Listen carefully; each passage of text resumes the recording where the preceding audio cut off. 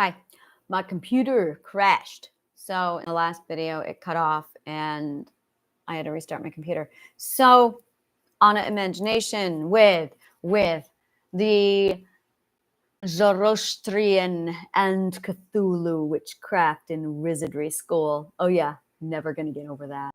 Zarathustra. So I am the person who I grew up in the ancient Greek educational system, which was based off of Zarathustra, Zoroastrian, which came from King Solomon's temple. So my information data comes directly from Plato to you. And this is like the motherlode of all knowledge and wisdom coming direct from Solomon. What it consisted of was literally a genius school, magic, arcane arts, as well as, and it wasn't the arts, they're sciences. It's arcane science and arts alongside literally God's school. And I am in the process of restoring Alexandria's university, which consisted of Solomon's temple and Solomon's knowledge. So that is the summation. Hence, Zarathustra or Zoroastrian and Cthulhu's school of witchcraft and wizardry. So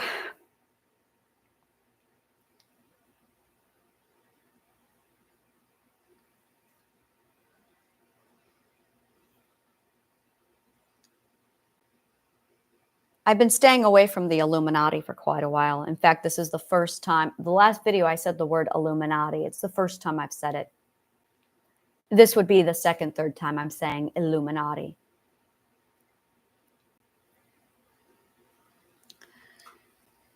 And the Illuminati were actually, well, to be blunt, the Illuminati is the same material as King Solomon and Zoroaster and Pythagoras. And it's interesting to me that they would have this knowledge. So now I want to ask the question, where the hell did they get this knowledge? I know where I got this knowledge. Where did they get this knowledge? But it's basically this concept over logic is, there is nothing higher than logic. Origin.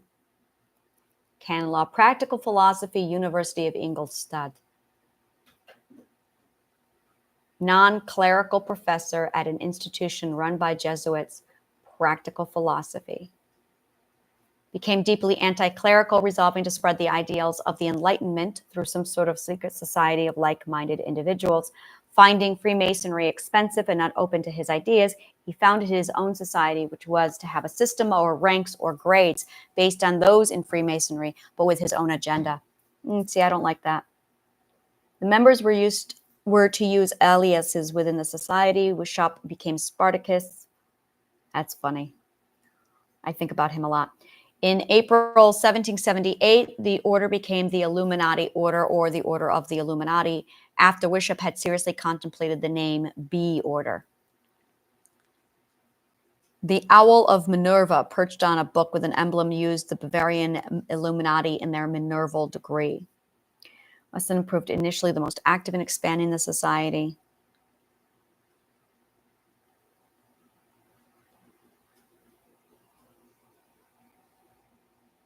I have stayed very, very far away from this group.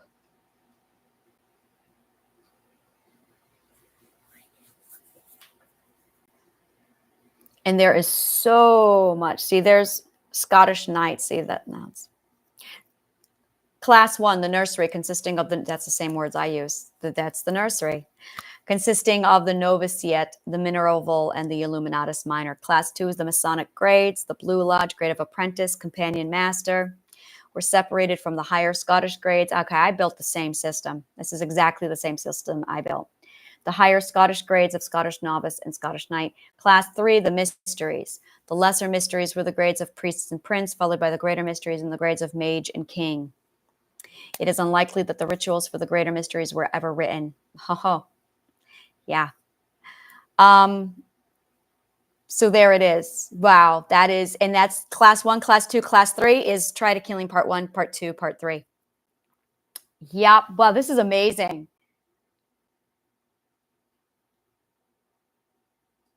It's like I'm watching my sister company. Like, this is amazing.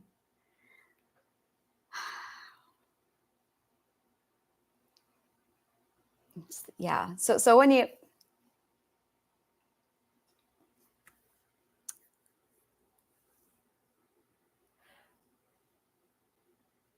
it's, how do you market a magical school in modern society without attracting all the spiritualists who hate logic? That is my problem. How do you introduce a magic school that teaches geniuses and then mages with science in modern society without attracting a bunch of idiotic spiritualists who refuse truth and logic? That is my conundrum. That is my conundrum. And it's not a school for spiritualists. Spiritualists, they're not gonna. Yeah, I'm seeing it now. And here's the thing: is it's free tuition. It's because you have to have knowledge for free. What it is, I think I know what to do. What is it? Tuition. Yes.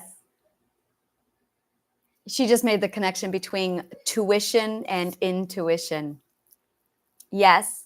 Do you know what tuition means? No. Let's take a look at tuition. Tuition means teaching, instruction. Tuition means teaching and instruction. It means lesson. Tuition. Yeah. Second definition, guys. Learn how to talk. Most of you don't even know how to talk.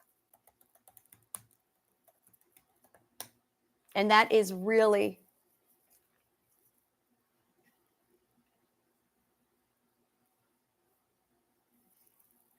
wow, that is amazing.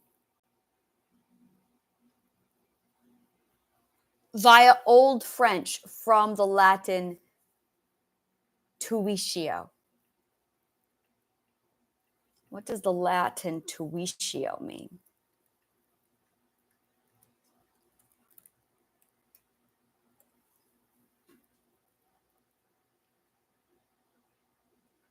It comes down to the same thing over and over again.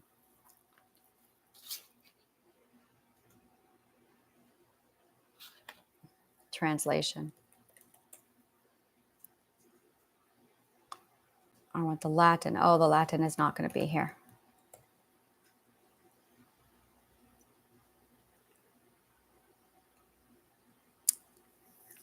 Teaching, instruction, and lesson, tuition. So putting it into your intuition, that is beautiful. That is,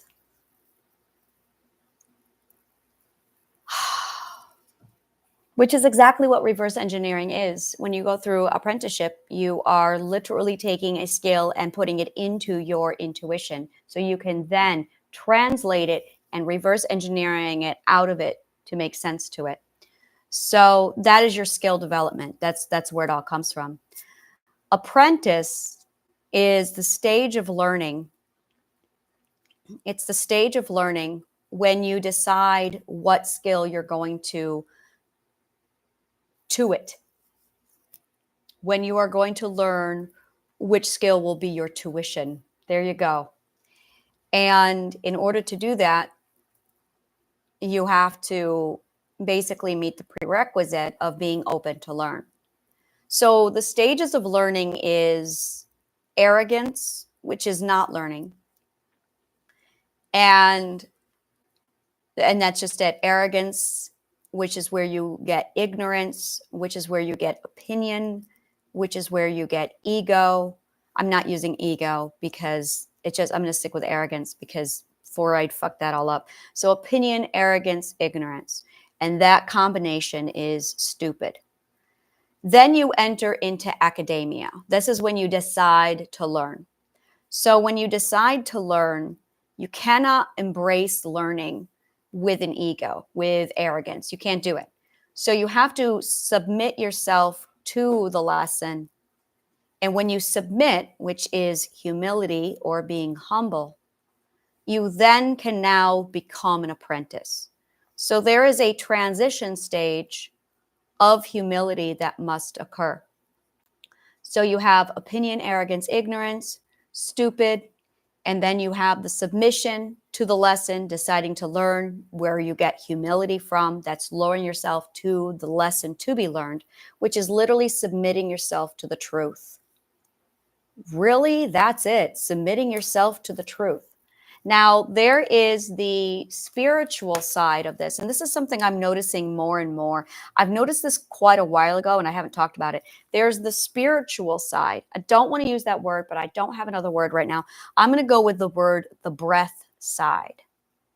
And then you also have the action side, the materializing. No, I'm not going to use that action side. You have the actual doing.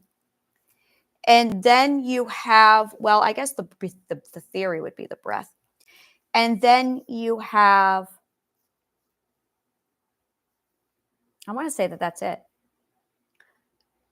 There's something else here. I can feel it, but I can't name it yet. So it's undefined. But every time I do anything, I can feel the theory behind it, the process, the why, the comprehension. And that's what that is, the comprehension. And then there's the action and the doing of the skill. So that when you decide, I want to learn, you are actually surrendering yourself to this process. So you have your stupid stage of opinion, arrogance, ignorance, and then you realize, oh, I want to literally learn. Now you're looking into tuition. So the tuition stage or the tuition transformation is when you finally surrender to the one God of all, which is truth. And you allow humility to cleanse your stupid. Humility cleanses your stupid. That's what humility is supposed to do. Now you've got abusers. There it is. You've got abusers and you've got liars. And they're fucking this whole process up. And then from there, now you can begin your apprenticeship. Once you begin your apprenticeship, then you go through the process of the tuition process to make it intuition. There it is. You are literally taking your tuition process and making it intuition. And then once you do that, you have reached the tradesman level. Now, the tradesman level is all about your proficiency. It's not about efficiency, it's about proficiency. So you have the tuition stage, you have the intuition stage with proficiency. And then you have the efficiency stage with mastery. Now that is when you can reverse engineer your comprehension out of your intuition. And then you simplify. The simplification process is the efficiency. That is the mastery. And then you can create Plato's point with your studies. This process is the learning process. In order to measure your own skill level, you have to have a defined standard of mastery. You have to have the best of every skill, which allows you then to process or compare where you are, the defined standard metric, into where you are. So you are your location, is your point of origin. This is going to be your base or your starting point. exactly like you want to lose weight, you got to measure yourself first, and then you want to have your goal weight. So you're going to have your goal education. But if you don't have a goal set for how smart you want to be, then you're not going to know if you want to be a master, a tradesman, a philosopher, or a sage. And this is really the question you need to ask when you take on your education. What skill level do you want? The skill choices are, arrogant, ignorant, stupid. Then you have apprentice, tradesman, master, philosopher, and sage. So you need to decide what skill level you want to be at for those things. So in order to measure your skill level, you first need to understand the characteristics and traits of the apprentice, the tradesman, the master, the philosopher, and the sage. So the philosopher, the apprentice is all practice to embed your skill into your intuition. And this process is tuition. Now, the next stage is the tradesman stage. This is where it is 100% unconscious. It is your subconscious mind practicing habit through repetition for proficiency. You're looking at how fast you can get something done, the quality it can get done. Once you have maxed out your tradesman skill, you'll be able to become consciously aware of it. If you are not consciously aware of it, and you have to forget it first, it has to slip into the subconscious mind first in order for you to awaken it with conscious awareness. And then when you can reverse engineer and simplify what you are doing with few words as possible, your skill, you've become the master. Now, you might be an apprentice master, which means you might be a new master, which means your next agenda as a master is efficiency.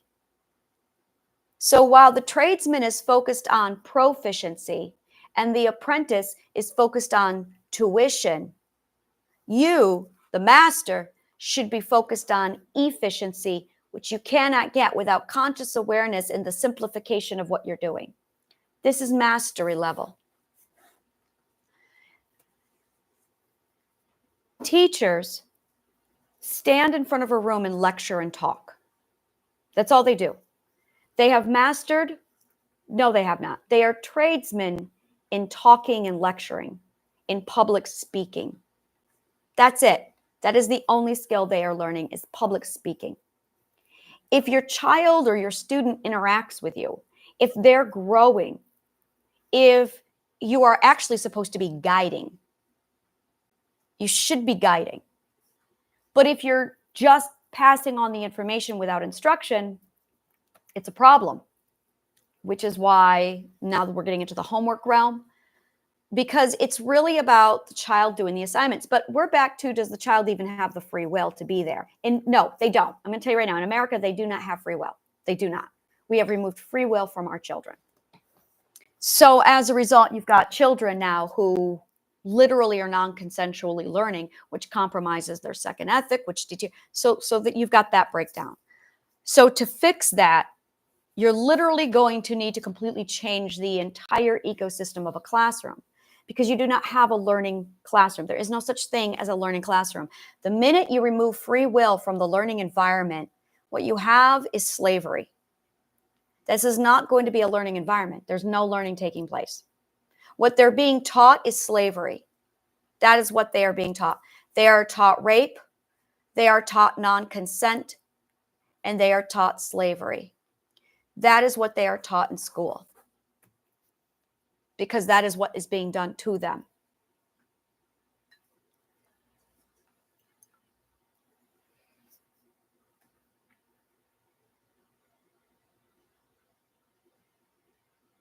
If you homeschool, now I can work with you. Now I can work with you. Homeschooling, the child must have free will. That is mandatory. The child must choose. Now, the child is going to choose. We are hardwired to choose knowledge. So it's unnecessary to legalize, or it is unnecessary to force a child to go to school. They will do it all on their own. Our brains are hardwired for this. So free will, violating that free will, does nothing except inflate the ego and the distrust of the adults who nurture that mindset. So inflating the ego and nurturing distrust in the adults, that is what that's about. In the homeschool environment, free will is the absolute number one mandatory.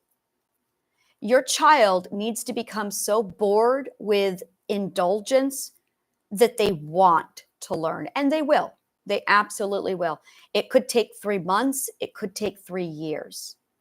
You have to remove the urgency of time. That is abusive, and it is 100% narcissism. If you try and put on the urgency of time, if you have an agenda of, well, when are they going to become a resource generator? When are they going to get a job? The whole system's down. It won't work. Because now the priority is not at all about your child actually learning. It's about you getting something and resource farming your child. As soon as you start prioritizing urgency, time, resource generation, money, you send the message, I want to farm my child for their resources. Well, now you're back in the matrix. So in order to step out of the matrix, you have to have free will. You have to abandon urgency of time. You have to abandon the concept of resource generator. You must trust nature. And that's really what this comes down to. You have to trust nature. Your child will get bored. Your child will want to pursue and do. They are naturally born with wonderment and curiosity. They follow your lead. You are 100% already role modeling your children. You are their greatest role model. Role model. If you're not learning, your children won't learn. If you are not going out to pursue wisdom and truth, your children will not. If you are not practicing the 12 ethics, your children will not. If you do not prioritize knowledge and wisdom, your children will not. So if you're sending them to school while you're not learning, that's going to send the message to your child, learning's not important, don't bother with it. So now the child is looking at you going, you take away my free will, you force me to go to college or learning, you don't learn. If it's so important, why aren't you doing it? If it's so important, why do we stop after 18 years old? Your child is a logician. They're born this way. So they're already doing the math. Do you remember when you were smarter than your parents? It's because you were smarter than your parents. You're supposed to be smarter than your parents. The child is always supposed to be smarter than the parent. Always. So you would be wise to actually learn from your child, because your child is an advanced evolution of you. You are always going to be inferior to your child. Evolution says so. So it would be rather unwise to not set your child as an evolutionary example, because already by default, your child is better than you. Every parent should be learning from their child. And this teaches the child how to be a role model from the ground. And it teaches the parent how to get down with equal footing with the child. So both are learning.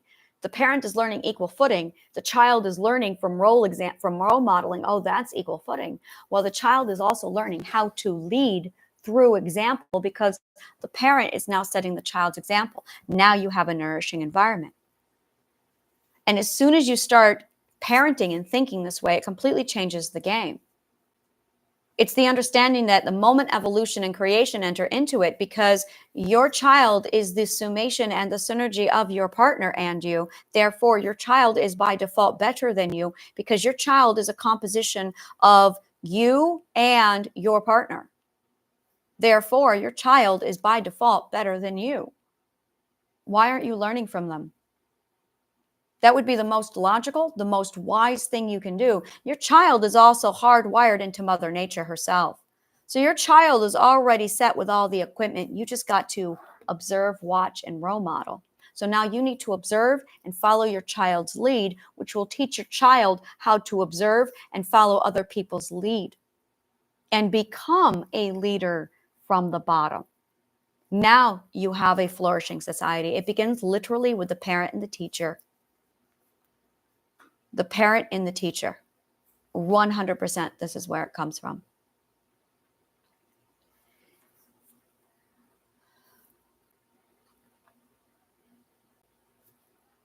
I have seen more parents terrified of parenting. More parents desperate for the right answers. A lot of parents who are turning toward their intuition because they don't know where else to go.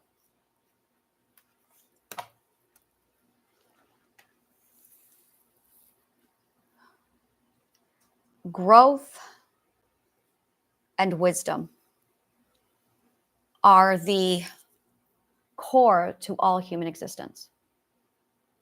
Everything stems from growth and wisdom. And when you combine growth and wisdom, you get truth, you get logic, and you get love. And that, when you break that down, gives you the 12 ethics, the 4 cardinal values, which takes you right back to love every time. But in order to understand how to get to growth and wisdom, you have to understand learning. You have to understand tuition. You have to understand logic. You have to understand the ecosystem of human. Once you understand what education is for, why we have education, what the ecosystem should look like, it now opens the door for you to ask the question, what should I study?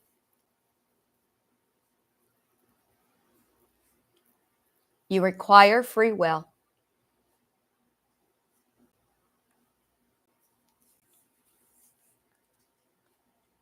Everything is in the order of operations. Everything is in the order of operations. I could not be here without passing through everything I just came through. I could not pass through what I came through without calling all of you stupid. I could not leave and exit where I was mentally until I passed through calling everyone stupid. So I could get to the next stage. So I could get to this stage. It's literally going through it. And once you understand that you have to move through it, there is no other way. When you are in a mindset, you're not changing your mindset.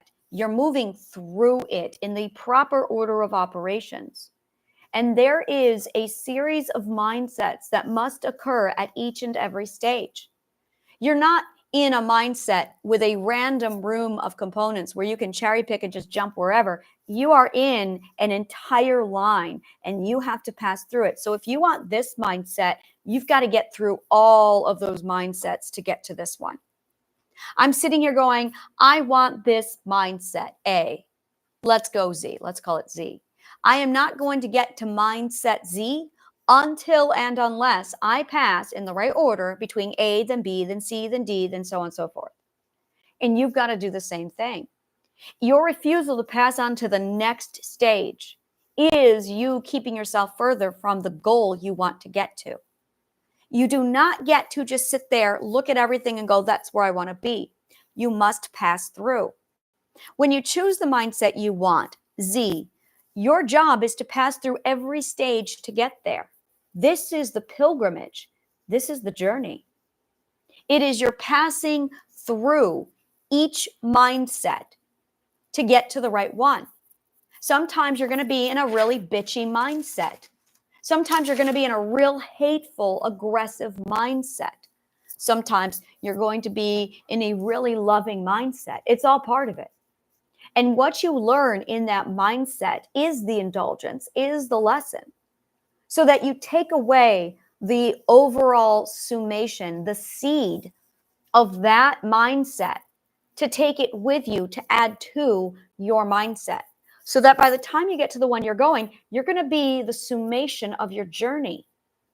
And that's it. Your goal is the summation of your journey. And when you start looking at the journey instead of the goal, it's the way we think about goals. The way we think about goals is really fucked up. And it's because of how we think about a goal that we're not in the right mindset, that we're delaying our own growth, that we are avoiding wisdom. And that once you understand what a goal really is, that you can suddenly approach it with the right attitude, with the right mindset, with the right agenda. Your agenda is your mindset, or I'm sorry, is your attitude. We scream at teenagers all the time, your attitude stinks. Watch your attitude, change your attitude. You know, that never made any sense. Change your attitude. That made no sense. There was no logic in the phrase, change your attitude. That did not make any logical sense. Change your attitude. That is the biggest load of garbage that was passed down from some idiot, from generation to generation of idiots. So you have the idiot generation. And if you're in the idiot generation, you're going to be repeating a lot of this garbage that's just pure illogic. It's like the village idiot composed all of these stupid things, and people are just repeating them. And when you study logic, you can start to see how stupid they are, how illogical it is. Like, change your attitude. I remember hearing this, going, that doesn't even make sense. First of all, define an attitude. Define an attitude. What the fuck is an attitude? I'm looking it up now. We did not have Google back then. We did not have the internet back then. I wanted to know what an attitude was. A point of view. They wanted me to change my perspective. Okay, so attitude, wow, that is not at all what I thought it meant. Okay, so now attitude, etymology. 17th century. The placing or posture of a figure in art. From French, from Italian attitudine, fitness or posture. See, that makes sense to me. That makes complete sense to me. Change your posture. Now that's really what they're saying. Change your posture. Attitude meant personality. I heard that a lot, where when someone said change your attitude, you meant me to change my personality. Oh my God, frame of mind. Okay. A settled way of thinking. See, that did not, what I viewed it when I heard it from my parents was, it was my personality they wanted me to change. My point of view, yeah, this is toxic. Change your personality. Change your point of view. Change your, it's such an anti-logic. And that's it right there, is you get statements that are anti-logic, anti-self-love, and anti-growth. You get anti-learning. So when you get change your attitude, that is literally anti-logic, anti-self-love, anti-growth, and anti-learning. I remember spending so much time over that phrase going, that doesn't make any sense. Like, what does it even mean? And when I asked, no one could explain it. No one could explain it. And then I ended up with a different variation of an opinion because no one knew. In the logical world, we have an agreed definition of everything, which is called etymology. It is the etymological definition, the birthed word meaning. You have the birthed word, or the nature. You have the natural word definition. And we all agree on the same language. So that's really what we're doing, is we are defining the actual language. We're all first going, okay, we're going to have a conversation. What is the agreed upon language that we are going to use? We're going to use the natural word, which is etymology. So we look up the etymology to make sure we are all speaking with the natural language. That is the first rule in logic, is you all agree to speak with the natural language. After you all agree to speak with the natural language, that eliminates all confusion because now we're speaking the same language. So the very first rule of logic is speak with the same language. Use the same language. Now, a lot of people think that English is a language. It is, but it's different. And then you're going to have the logical language underneath that. And then you're going to have the perspective language underneath that. And then you're going to have the primary comprehension language underneath that. Now you've got language. So English is called a surface language. English is a surface language. The logical language is the natural word language. It's the universal, it's the universal natural word language. There's a lot of gorgeous stuff in there, and I'll be breaking that down later. So you have your logical language. That immediately takes English and says, okay, yeah, we're going to use the surface language, but we're going to all agree on the definition, which will be the natural word. And then you have your perspective language. Now, the perspective language is the problem. The perspective language has 12 variations to it. So to remove this from being a problem, the 12 perspectives agree to speak with one language called the natural word language, which is logic. So now, no matter what perspective you are, if you follow logic, now we're all talking the same language. Now, your primary comprehension is going to be your science, your story, or your art. That is your primary comprehensive language. So if you are speaking with, and that's how you're going to translate it. So that is how your intuition interprets it. That is how your brain interprets it into your intuition. So your intuition language, that's what it is. Your intuition language is your primary comprehensive language. Do you see image first? Do you see story? Or do you understand the physics? I understand the physics. So my primary comprehension is science and physics. My primary comprehension is logic. If it's not logical, if it is not scientific and physics, I don't understand it. It has to be logical for me to comprehend it. My daughter has to have image. She's an artist. She has to see the image in her mind to comprehend it. That is how she takes all of the data, she compresses it into intuition, and then she transfers it over for her mind to understand it.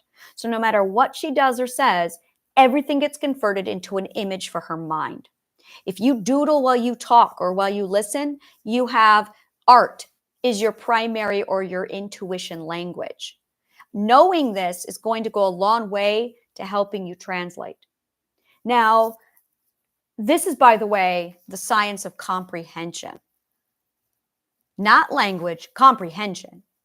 You use language for comprehension purposes. Language is the tool, comprehension is the outcome.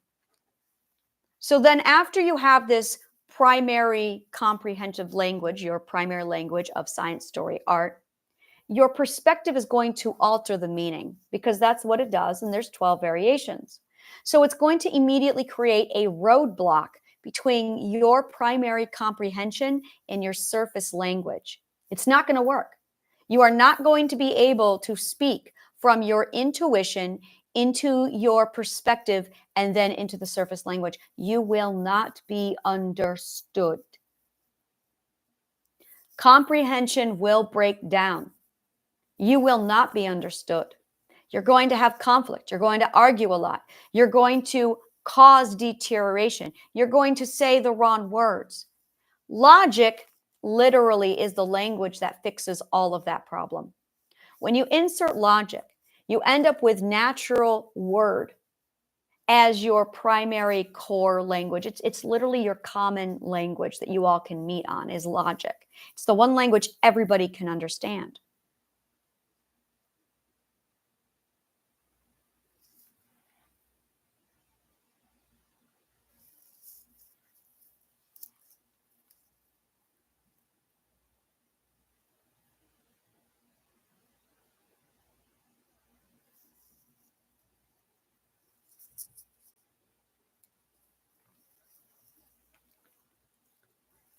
Music is logic-based.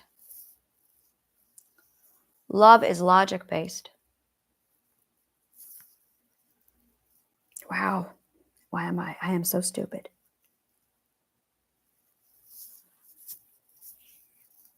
Logic is the common denominator. Logic is the only common denominator in all of this. There is nothing else. It's the common denominator. The common denominator in truth is logic. It's in love. It's in music. It's in science. It's in art. It's in story. It's in you. It's in life. Logic is the common denominator. Because it's the common denominator, no matter what language you speak, logic will be able to translate it for you.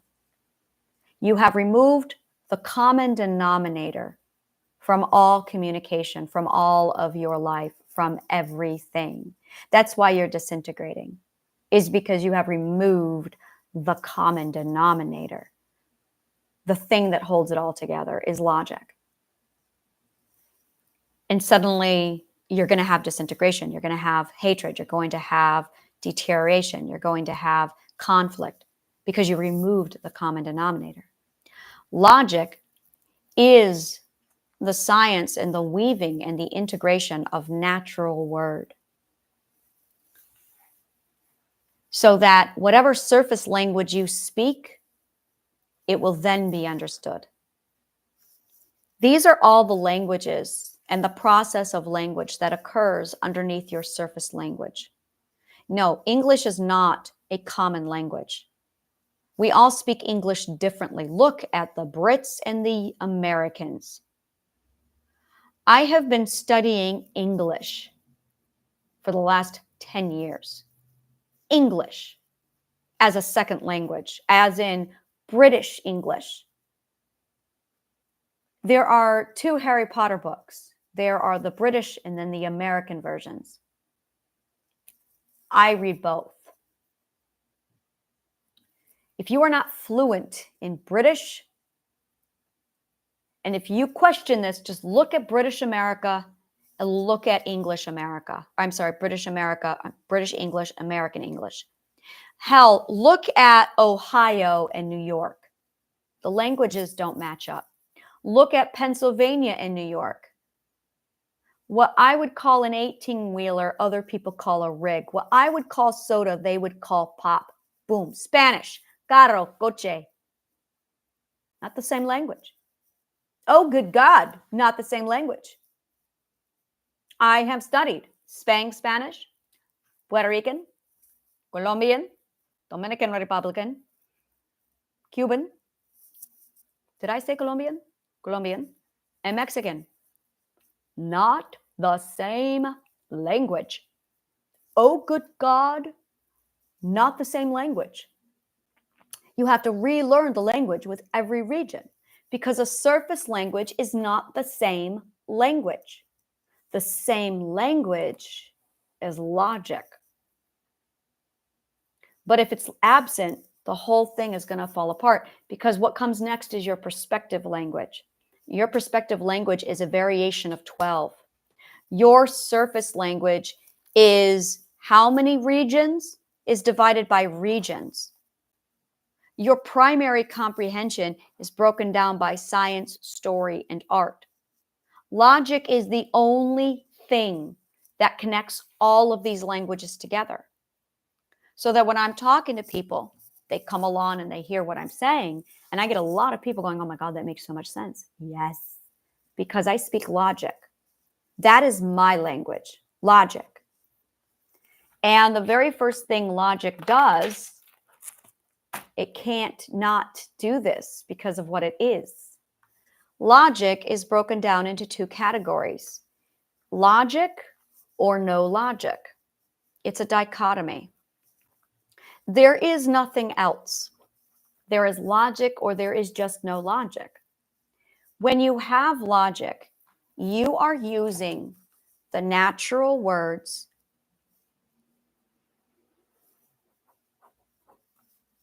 with a process. Without logic, you are using false words.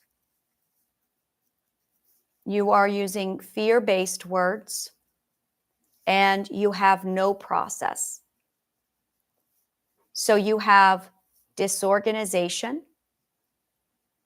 you have chaos, and you have insanity. Those are the three things that come from no logic. When you have logic, you have organization, you have order, and you have sanity. You have comprehension. Comprehension is the organization of order for sanity. The organization of order for sanity. That is logic. Without logic, you have the disorganization of chaos for insanity. I'm going to call it the disorganization of chaos for insanity. Dokti versus the organization of order for sanity. Oops. Oops.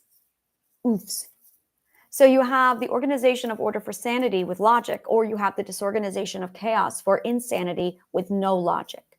You use false words. You have fear-based intent. You have no process. All of these things are no logic. It is the absence of logic. The presence of logic is the use of natural words, the process, which is the organization of order for sanity, to get you comprehension. So either you are speaking with logic or you are not. Now, there is a dichotomy here. So now you're talking about the purification. The purification is when you have people who speak 100% with logic versus zero, no logic. So now is the question, what is your ratio? What is your ratio of logic to no logic?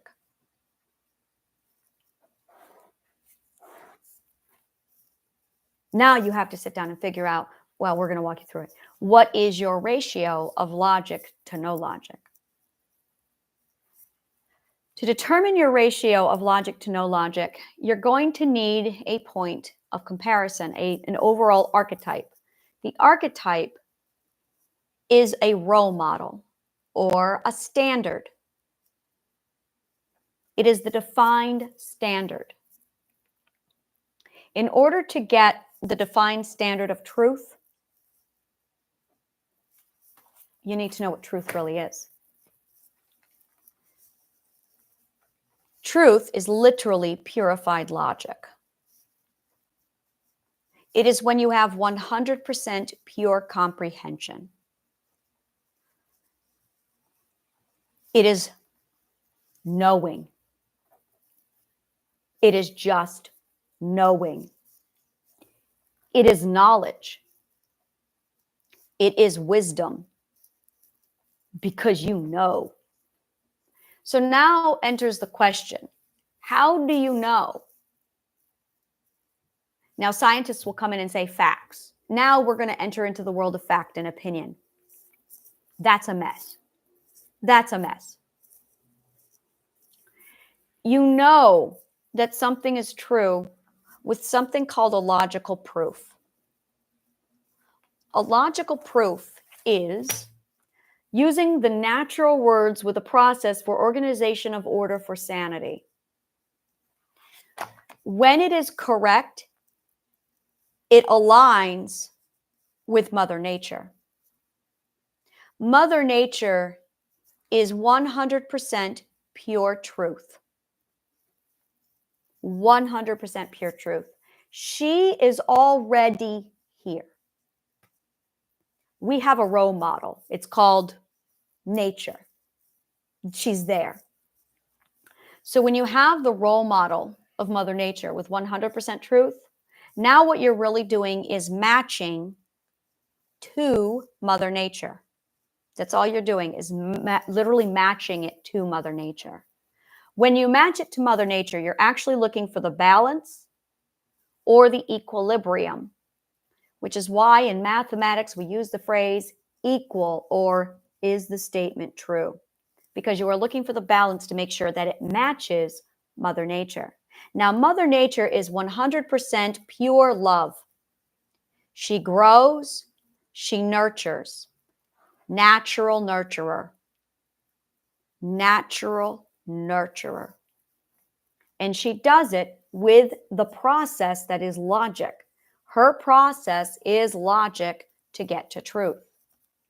So when you are looking at what truth is, what you are really doing is using logical proof to validate or measure, actually. What you're doing is you're measuring. You are measuring your relativity to the truth. That is what you are doing. When you are matched 100% to nature, then you are matched 100% to the truth. So truth is nature. Nature is truth. So now the question is, what is nature? What is natural? What is nature? What is natural? What is truth?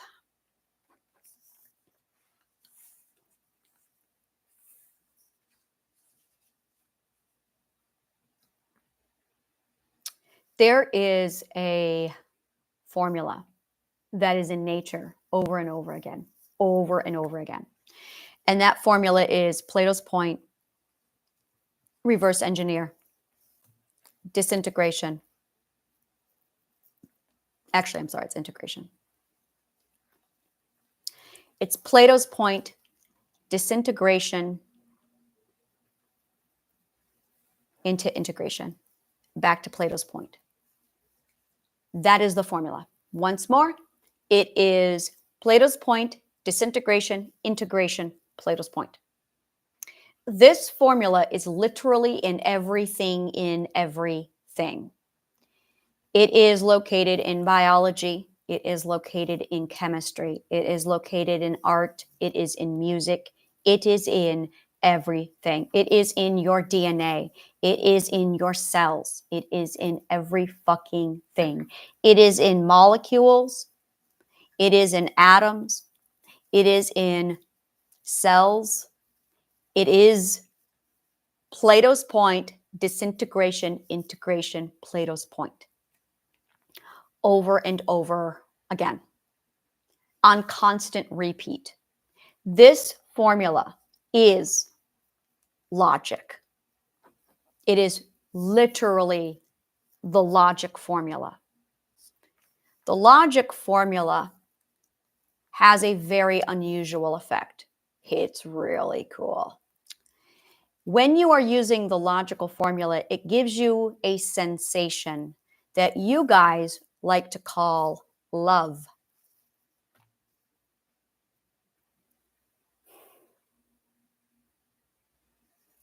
When you have the purest form of this logical formula, you guys call it truth. So truth is the purified form of the logical formula. The sensation of that is the feeling of love. The process of using it is called being in love. It's also referred to as learning, tuition, growth, creation, and evolution. This is the process of using the logical formula. If you are not using the logical formula, then you are not in the process of being in love, learning, tuition, growth, creation, or evolution. You are disintegrating. But you're not integrating, and you're not in the formula. You have a broken piece of the formula. You only have the disintegration part of the formula, or you have the broken reversed part of the formula, which is integration and then disintegration, or you just have the disintegration part. You do not have the rest of the formula. So you have a fraction of the logical formula. When you have a fraction of the logical formula, I refer to this fraction, by the way, as a mutant. This mutant formula is disintegration into Plato's point into integration, or it's just pure disintegration. And that's all it is. It is literally the mutant disintegration. The mutant formula, disintegration, is literally all over the place. It's contaminated in everything. It is a virus. It is a logical virus. The logical virus, disintegration, produces side effects. It produces a sensation called fear. It creates a disease called consumption. And it is the process of dying. It is the process of consuming. And it is the process of disintegration. Because it is a logical code, which is in everything, it is also, especially in words. Words can become contaminated with this mutant virus, which they have. So you have some words that have infected current words. You have other words that have mutated new words. And you have everything that has been infected with this mutant. So a religion can get infected with this mutant. A household can get infected with this mutant. A relationship can get infected with this mutant. A child, a school system, a government, all of these can get infected by this mutant, which is a mutation of the logical code, disintegration, integration into Plato's point.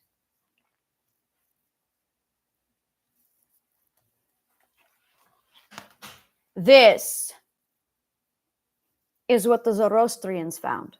This is what King Solomon found. This is what they taught Pythagoras and Euclid. When you have the logical formula, you have the ability to reverse engineer whatever you want out of Mother Nature. Euclid chose to do geometry. Pythagoras chose to do music theory, the logical code itself, and he also chose to do mathematics. Plato chose to do the logical code itself. Socrates and Aristotle chose to do the logical code themselves. I chose to do, well, everything. I wanted it all, so I'm doing everything with it. But I started with the logical code, all of it. Once I found the logical code and broke it down, it's in everything. It's literally in everything. The hard part was identifying the logical mutant. The mutant was very fucking difficult.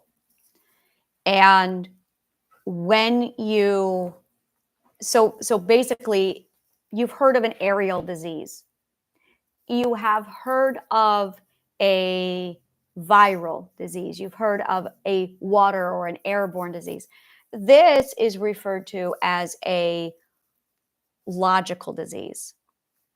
or a word disease. The mutant consists or exists inside the words.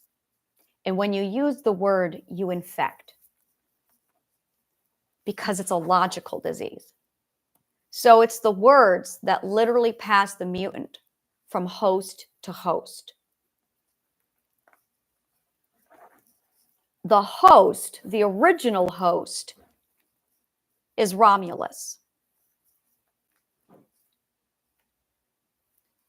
I believe that this mutant is birthed from the mark of Cain.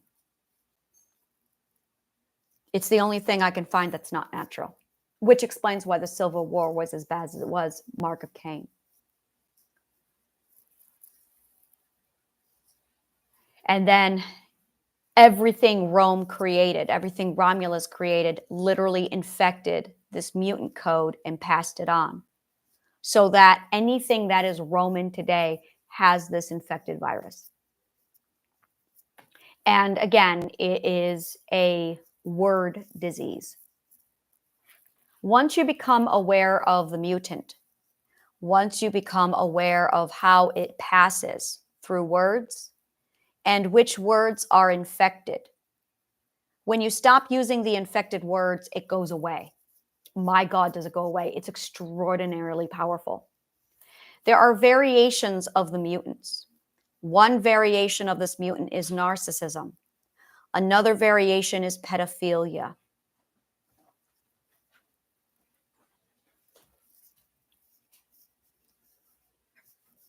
Those are the only two variations I have found.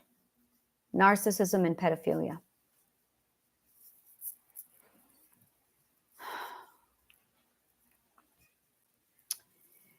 It does not matter if you are a dominant or a submissive. If you are infected, you are infected. You are going to be infected as a dominant, or you are going to be infected as a submissive. It does not matter. Eventually, the submissive will become the dominant because that is what it does. I hypothesize that it's sentient, just as I hypothesize that the logical formula is also sentient. Now, when you start taking this logical code and you start connecting it and building with it, it's literally the building block of life. Let me put it to you this way. It's the building block of life. The logical formula is what creates cells and atoms.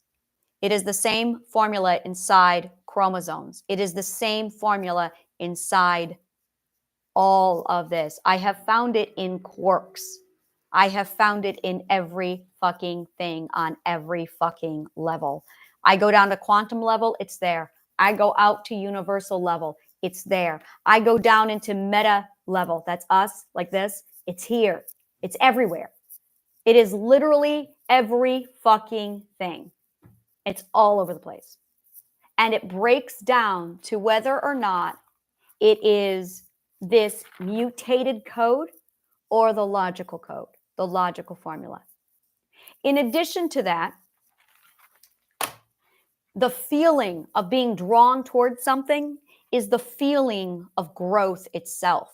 When you feel a magnetic pull towards something, that is the feeling of growth itself.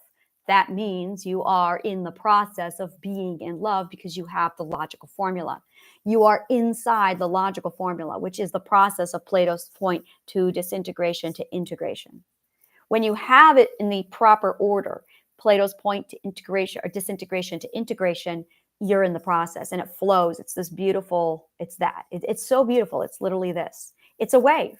It's also inside waves, all frequency, all energy. This core, this formula is at the core of every single thing. It is a formula. It is a pattern. It is the same pattern that no matter what I have ripped apart, no matter what level of molecular I go down to, it is there. It is inside particles. It's extraordinary. Whether or not something is in what stage, you have to define it. Okay, is this in the Platonic stage or the Plato's point stage? Is it in the disintegration stage or is it in the integration stage? It's amazing. It's absolutely amazing. Now, I hypothesize that relationships go through this process as well. The question is, can you survive the disintegration process? Can you survive the disintegration process before you reach the point of total disintegration before you integrate again? Now that is where things get interesting. If you fail to start off at Plato's point and properly disintegrate, and you just jump to integration, it means that you've got everything reversed. So if you don't have Plato's point and you started a relationship off with just pure integration, it done, game over. You are using the contaminated formula. On the dating scene, when you meet somebody, you are either jumping right into the disintegration stage or the integration stage.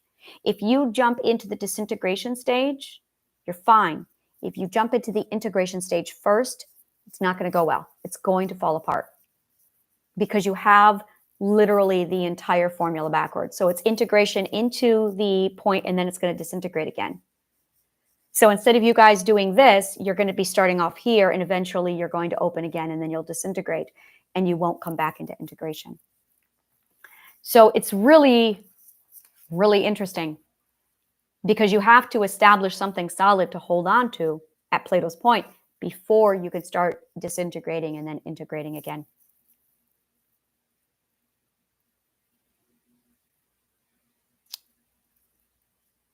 Learning is this way. So when you are choosing your life, we're going to zoom out now and look at it in general. When you are choosing your life, what you are really doing is you need to take that logical formula and it's going to get applied to your life. Now, it naturally does this at birth. We are already equipped with this. We are born into this. We are born into this, and we are fine until we reach 2 years old. So parents have got to preserve this formula inside their children. Homeschool, it's the only way. If you send your child to school, the formula will be destroyed. Homeschooling is the only way around this to preserve this formula. Because the school is equipped to destroy it, break it down, completely rip it apart, and it's got the mark of Cain. Your schools are filled with the mark of Cain. Homeschooling is the only way to go. Homeschooling will allow the parent the ability to nurture this, put it all into the hands of the parent, and from there we'll be able to go forward and you'll be able to nurture this process with your child to ensure that they don't get contaminated with the mark of Cain. If you are contaminated with the mark of Cain, then what you are looking at is basically you have to go through, well, a cleansing process. The Trident Healing Program cleanses you of the mark of Cain. But in order to do that, you have to reach the point of humility to submit to the lesson. You have to go through that part. If you do not, it won't work. It will not work. You've got to prioritize the truth, which is purified logic, which is pure love, in order for you to get to that point. If you do not get to that point, it's just not going to work. Truth, logic, love, they are all synonymous. Truth is the purified form of it. Logic is the process of it. Love is the feeling of it. And what it is growth. And the only way through it is with wisdom. So wisdom is the path of growth to get you to truth via the logical process so you can feel love. And there it is. I'm going to say that once more. Wisdom is the path of growth to get you to truth through the logical process that allows you love. That is what Solomon figured out. That is what Solomon built everything on, which is what he passed on to the Zoroastrian religion. Well, he taught it, he built it, they came, they created it, Zarathustra, Zoroastrian, and then they carried it to Pythagoras and Euclid. And then the ancient Greeks with Plato evolved it into the ancient Greek civilization culture. They took it as far as magic. They absolutely were in the real deal. It was extraordinary. I'm there. I'm at that point where I'm going, whoa, I found Arcana. This is amazing. And this is going to be, once we go through this, we're going to be covering Arcana. We're going to be covering all of that. But it doesn't, if you're not logical, you can't access it. The only access is logic. There is no other way. So I'll put it out here. It's free.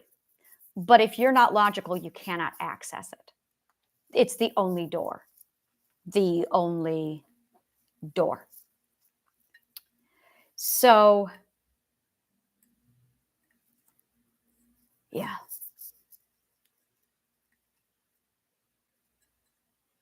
I think that's pretty much everything for now.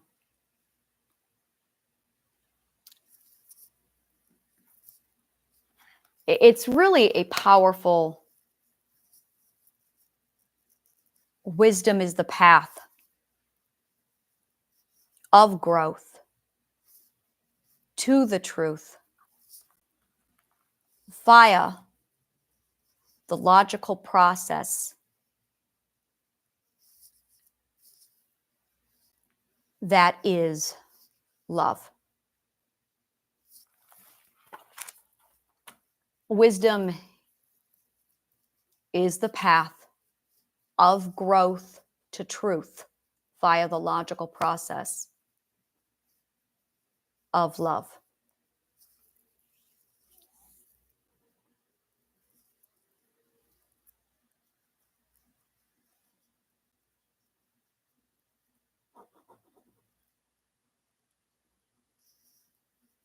So if you are pursuing love, you are actually pursuing truth.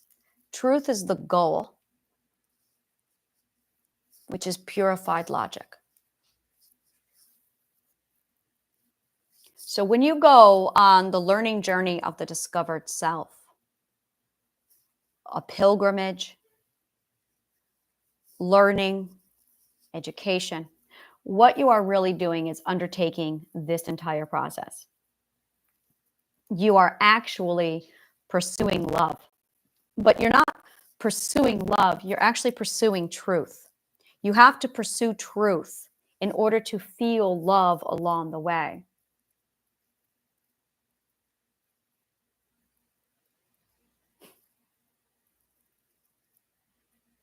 To have this wisdom is a very specific type of knowledge. It is a very specific type of knowledge. It is the kind of knowledge that gives you knowing. And the stages of this, there are 7 stages. The first stages are, first there is the knowing, and then there is the belonging. After the belonging is the authority. And then there is the naming, the owning, the integration.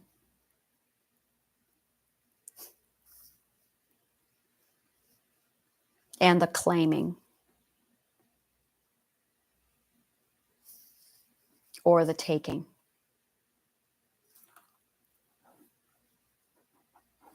Those are the stages of learning. It is the stages of the pilgrimage. And they do very much cover the 36 levels of consciousness.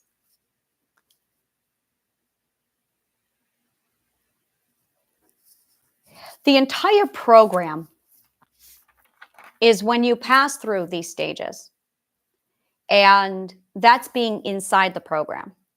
In the beginning program, you have the story of the story, which I like to call, do you remember that time when we were all so stupid that we almost died? And then after the story of the story, you have what is education, why we need to learn, how we need to learn, and then the ecosystem. Well, the ecosystem and then how to learn. Once you have that, then you enter the knowing, the belonging, the authority, the naming, the owning, the integration, the claiming, the taking. Now, you are supposed to go through the process alone. You are not supposed to take anyone along with you. Now, what that means is you're going to be studying all on your own. You're going to be the one doing the skills. You're the one who's going to be cherry picking your journey and your voyage.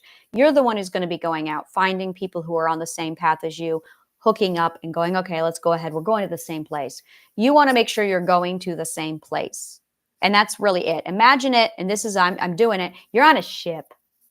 You have a ship and you're going to need a crew, but you're going to want to make sure that your crew is going to the same place as you. And you're going to want to make sure that your ship is equipped for the journey. So before we get you in your journey, that's exactly what we need to be doing, is getting you set up, which is the story, the education, the why we do this, the how we do it with the ecosystem.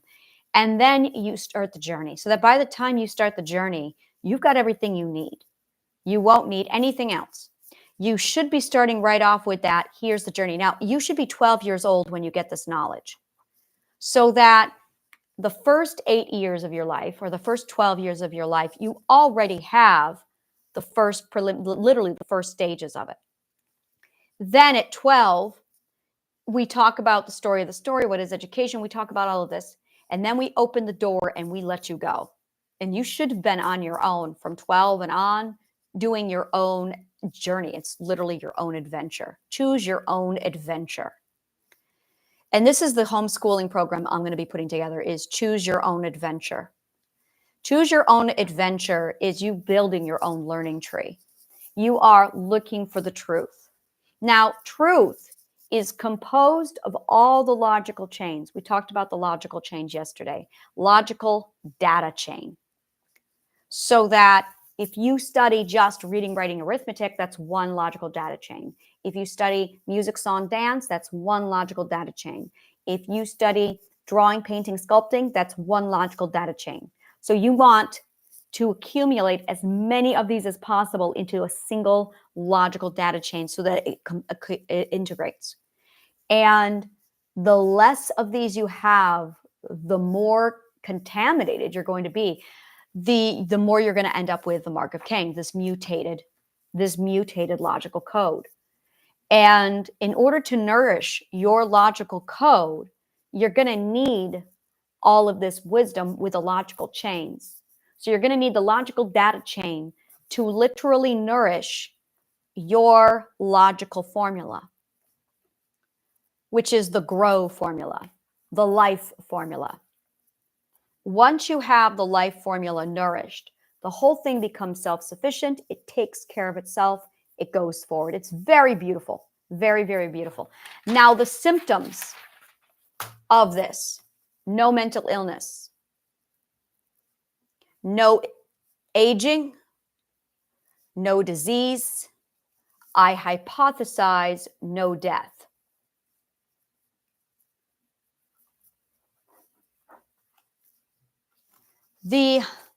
When you're done with the program, the test is your own history flip book.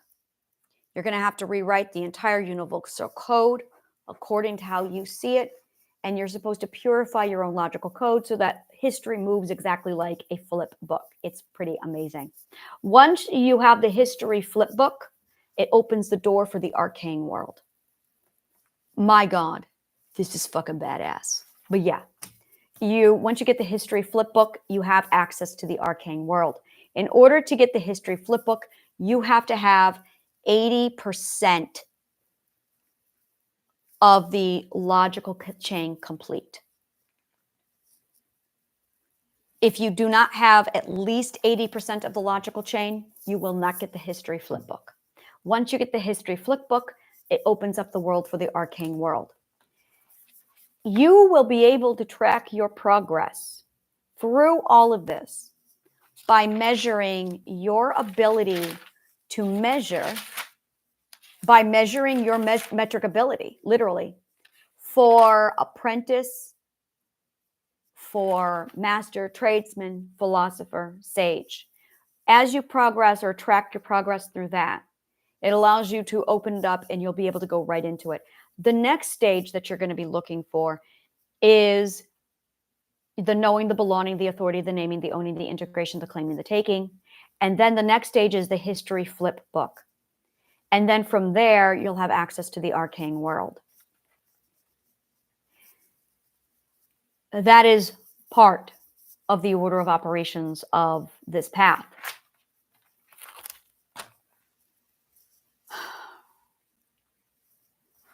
With a master, you can reverse engineer everything. You can take it right out of your intuition, you can translate it, and you can simplify it into Plato's point. And that is it right there. When you can create Plato's point, then you are a master.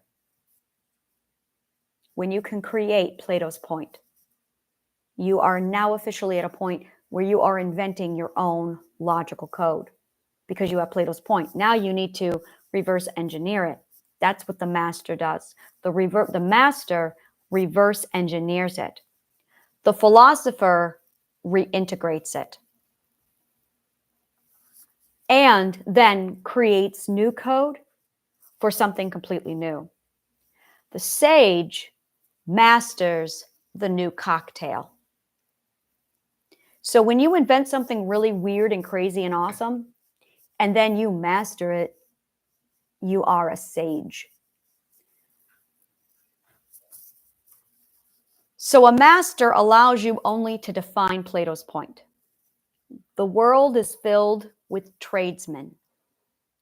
On occasion, you'll find a master. The master is the one who can give you Plato's point. They can give it to you simple. The philosopher is the one who can create and invent. The sage is the one who has mastered the philosopher's invention.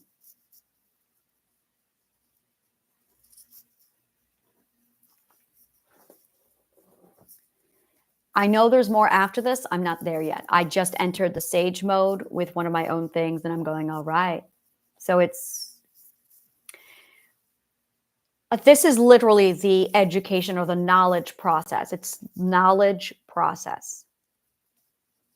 You reach wisdom when you reach philosopher mode, when you reach the end of master.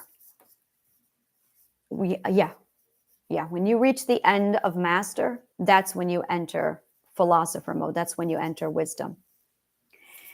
One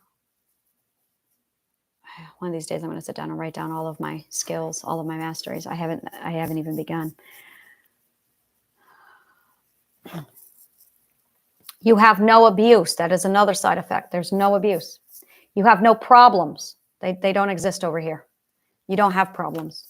What you have are lessons or challenges, but you don't have problems. You have no abuse. You don't let those people come near you.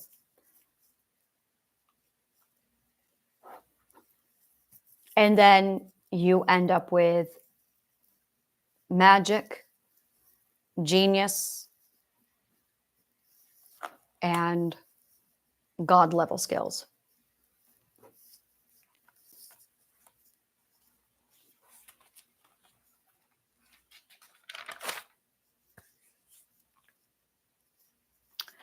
So that is literally getting back to the ecosystem.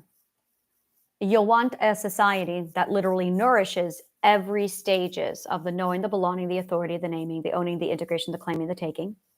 You are going to want a society that provides you with the 12 trials on a rotation. You're going to want a society that provides you with the standard, which is what the Olympic Games are. So you're going to want a standard defined. You're going to want a place for the 12 trials. You're going to want the place for the 12 indulgences. You're going to want a place for the skills to be developed that you're going to need for that.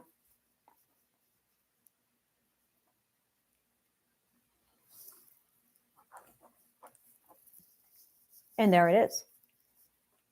Now, human propagation is Plato's point, disintegration, integration, Plato's point. So all of human propagation revolves around that formula. In addition to that, your economy is literally intertwined around it, and it's on a constant gorgeous flow, and it's constantly moving and flowing. It's absolutely beautiful. This is what people refer to as the ebb and the flow, but they don't realize that it's a linked chain. You see it naturally with ebb and flow. The ebb is the disintegration, and the flow is the integration. As I said, it is in everything. The pattern of integration, disintegration. The pattern of disintegration is the Fibonacci sequence. That is why you can see it going from 1 to 3 to 6 to 9 to 18. That's not the right number. I know it's not. I have to look at the first number for the Fibonacci sequence, but that is actually the pattern of disintegration. The 12 ethics are the pattern of disintegration, the pattern of integration, and Plato's point. When you follow the 12 ethics, you are naturally going through the right order of operations for Plato's point, disintegration, integration, Plato's point. You just have to follow the 12 ethics. So an easy way of doing this is just follow the 12 ethics. I'm in New York City, so I'm going to be pulling high quality, ethical locations around the city that enhance and indulge on the 12 trials, the indulgence, and the skill development. If we don't have it here, I'm making it. So that's actually one of the massive things that I'm putting together. Is that's what Anna's Playground is. Anna's Playground is literally these 12 indulgences, 12 trials, and it's also the skill development. The healing garden consists of literally the knowing, the belonging, the authority. It's the process itself.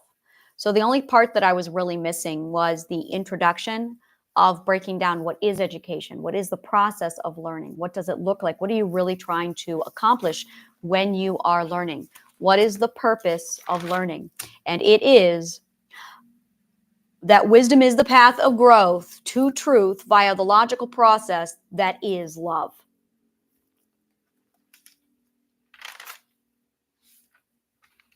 So you're not looking for love. You're looking for truth. And in your pursuit of truth, you will experience and indulge in love. So when you pursue truth, you literally feel love. It nourishes you. Love is just pure nourishment. Love is just nourishment to grow. Say it again. Love is nourishment to grow. Which is why Christ said, man cannot live on bread alone. He was referring to wisdom. We need wisdom and we need love, which is why it's called philosophy.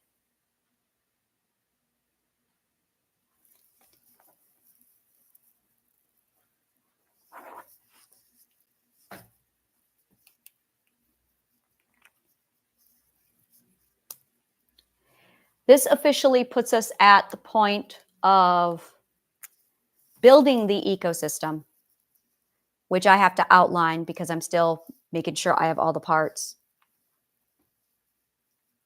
And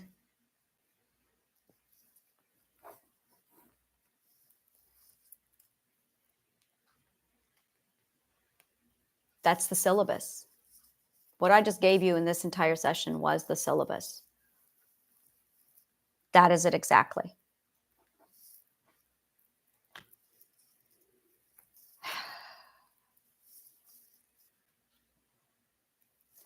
So I have these three.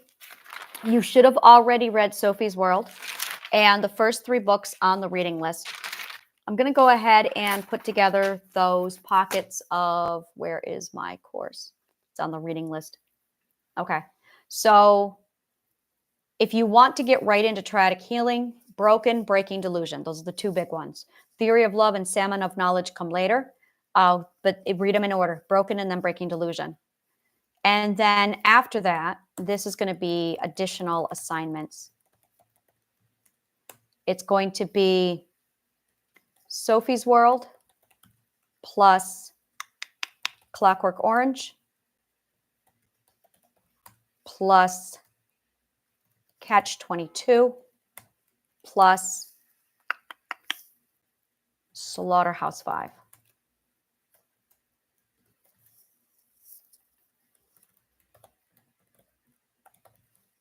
This is assignment 1.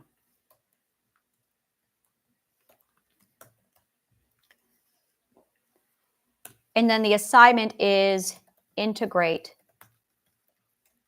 the philosophical meaning of all 4 stories. It's not going to be the story. Sometimes it's the skill you receive while reading the story.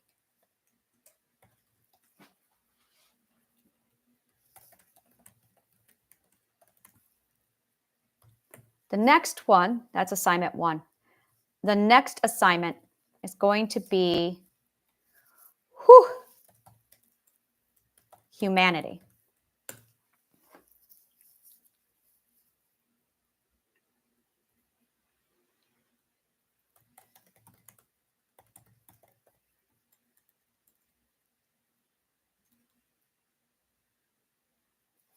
So assignment 1 is actually a study in logic. Assignment 2 is humanity. You are going to want the movie Apocalypse Now.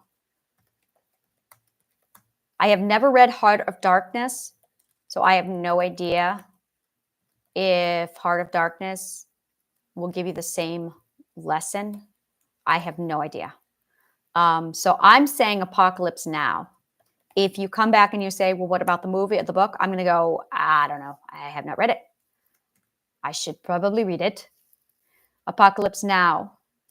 Lord of the Flies. This is why you needed to read Lord of the Flies. It did not make sense unless you also paired it up with Apocalypse Now and the movie Instinct.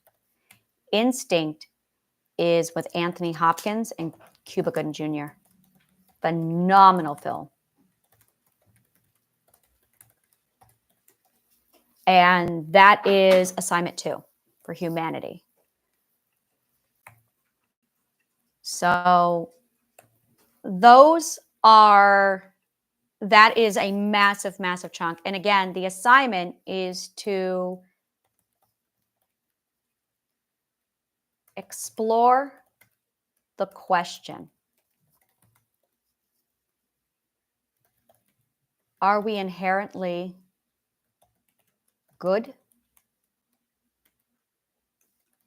Anthony Hopkins, I'm going to say Hopkins. Or bad? Brando.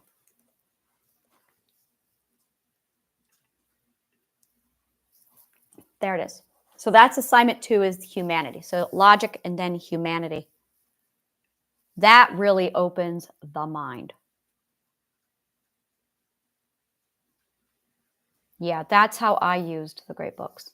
I'm going to go ahead and put that underneath here. So the mandatory reading list is Sophie's World, The 6 Pillars of Self-Esteem, Rejection Proof Not Nice, followed by 7 Steps for Highly Effective People, The Silva Mind Method, and then my 4 books, which walks you through triadic healing. Yes, you can read triadic healing alongside the assignments. And then I have the Frankenstein. What was the other book? It was something else. Oh, I cannot remember what I said. It was Frankenstein and something else. But you're going to want to reflect on the responsibility. Reflect on the responsibility of a parent to the creation. And be sure you're reading the first edition. There are 2 editions on that. And if you read the second edition, you're going to be like, what is this crap? There's 2 editions. So make sure you're reading the first edition. Yeah, that is a real solid. I have never been to college. I've never been to college. I have no idea what it looks like. I have no idea their setup. The closest I've gotten is watching Dr. Jones in Indiana Jones Last Crusade when he was teaching his class. That's it. So I'm going, all right, is that college professor level teaching? I don't know. So I know they have a lot more freedom. And this is where I'm looking at Plato and I'm looking at the professors of college. But again, I'm going to have to reverse engineer it to see what works for them. And one of the things that I've heard from other people based off of all the testaments people have given me is it is very much this is your learning journey. You have to build it. That's it right there. You have to learn how to build your healing, your journey. And if you don't know how to build your journey, no one's taught you. I'm going to tell you right now, no one has taught you how to build your learning journey. This is it right here. This is literally how to build your learning journey. We're not done yet. I will be walking. This is what we're going to be covering on the next part, is how to build your journey. And after we cover how to build your journey, we're going to then be covering basically the tools. This is what I refer to as the Mount Everest stage. You are preparing for your journey. And in order to prepare for your journey, you really have to know what you need. You have to understand what tools and supplies are required going into it. So you're not learning yet. You are, but you're not. You're actually just learning how to do this. And part of learning is also understanding how to build your own learning journey. You're going to want to get the momentum going, and you are going to want to keep it going. And this is vital. If you do not learn these two things, you will never learn. Which is why almost no one is learning now, is because no one knows how to start up to build a journey. They don't know how to have the momentum. They don't know how to keep it going. Didn't even think about that. Learn to learn. How to learn. It's something that just, sometimes I feel like I got lucky. And at the same time, I did not get lucky. I manifested it. At the same time, the moment you wish for wisdom, the universe delivers it. The moment you wish for truth, the universe gives it. It's something she's not stingy about. If you wish for wisdom, if you wish for knowledge, and if you wish for truth, you will get it. It's the only thing you can ask for and wish for that's a freebie. The universe will give that to you. She will drop it in your lap without any question. If you wish for wisdom, knowledge, and truth, you will get it. If you wish for wisdom and knowledge, she will give you the tools to give you truth. If you value the pursuit of truth, she will get you everything you need for it. And it's the process of wisdom, knowledge to truth that is the reward of love. You're all wanting love, but you have no idea how to get it. You get it through the pursuit of truth via wisdom and knowledge. There is nothing else that she won't let you. Love is the reward for pursuing wisdom, knowledge, and truth. There is no other way. And there's only one tool that is going to get you this entire process, and that tool is logic. Without logic, you're not going on this journey. You cannot take this journey without logic. Logic is your ship. You want love? Okay, it's on a different country across the sea. But that's the reward. That's not what you can be pursuing. You have to be pursuing truth.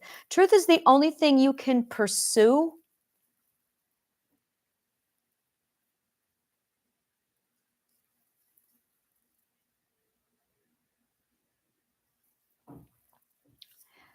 that leaves you immune to consumption. Now, just give me a minute. That is a beautiful bit of just, wow. That is the kind of stuff where I look at it with the universe and I go, that's classy. That's real classy. This is why the universe has sex appeal right here. This is gorgeous. This is Truth is the only thing you can pursue that will not give you consumption. Anything else is going to give you consumption. You cannot pursue love without getting consumption. You cannot pursue money without getting consumption. You must pursue truth for love. You must pursue truth for money. You must pursue truth for abundance. The minute you pursue love but not truth, consumption. The moment you pursue anything else, you cannot put those things above truth. Truth is God. Truth is Lord. Truth is all. And the only path to truth is the logic ship. There is just nothing else.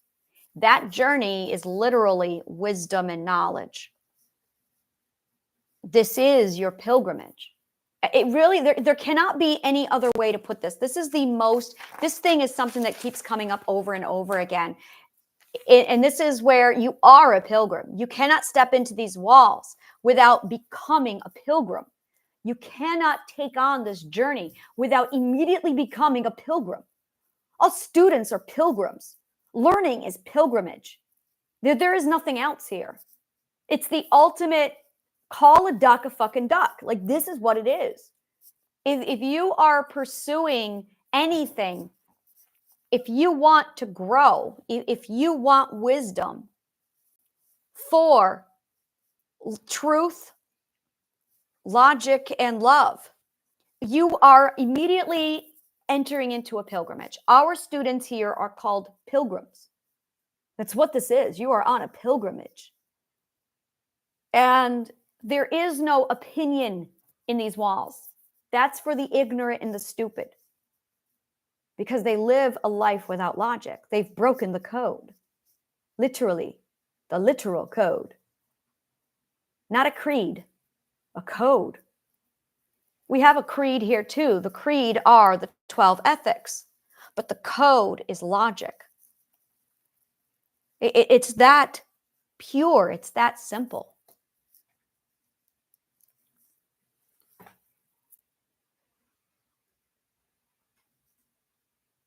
That is this undertaking.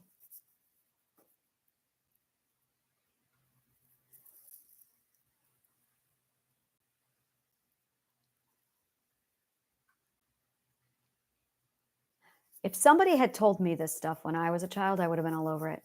It would not have been, okay, they've got their shit together. It would not be a question for me. This is where I'm going. Pilgrimage, okay. Growth and wisdom, that's what I want. For the truth, you have my attention. On the road with logic toward love, I'm there. Sign me up. 12 ethics, okay. Show me what to do. I was a pilgrim from 1992 to 2023. I was a pilgrim. I am now a sage. I was a philosopher for a while there. I'm still a philosopher. I will always be a philosopher now. But for a long time, I was a discipulus. I was a pilgrim.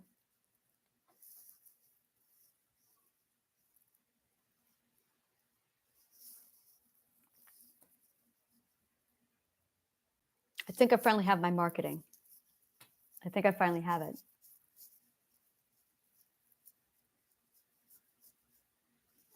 So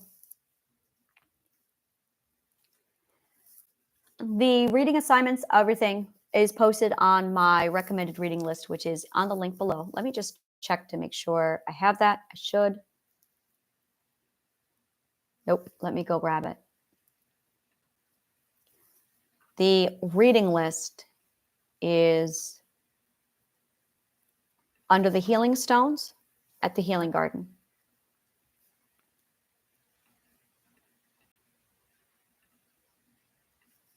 There it is.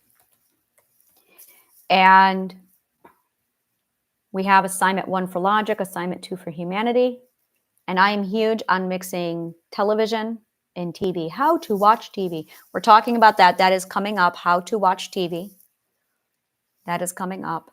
I do 2 classes a day right here.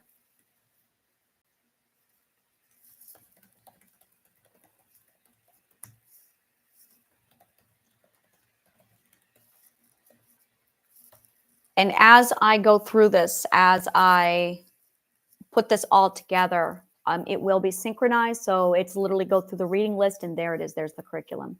So let me just process this for a minute.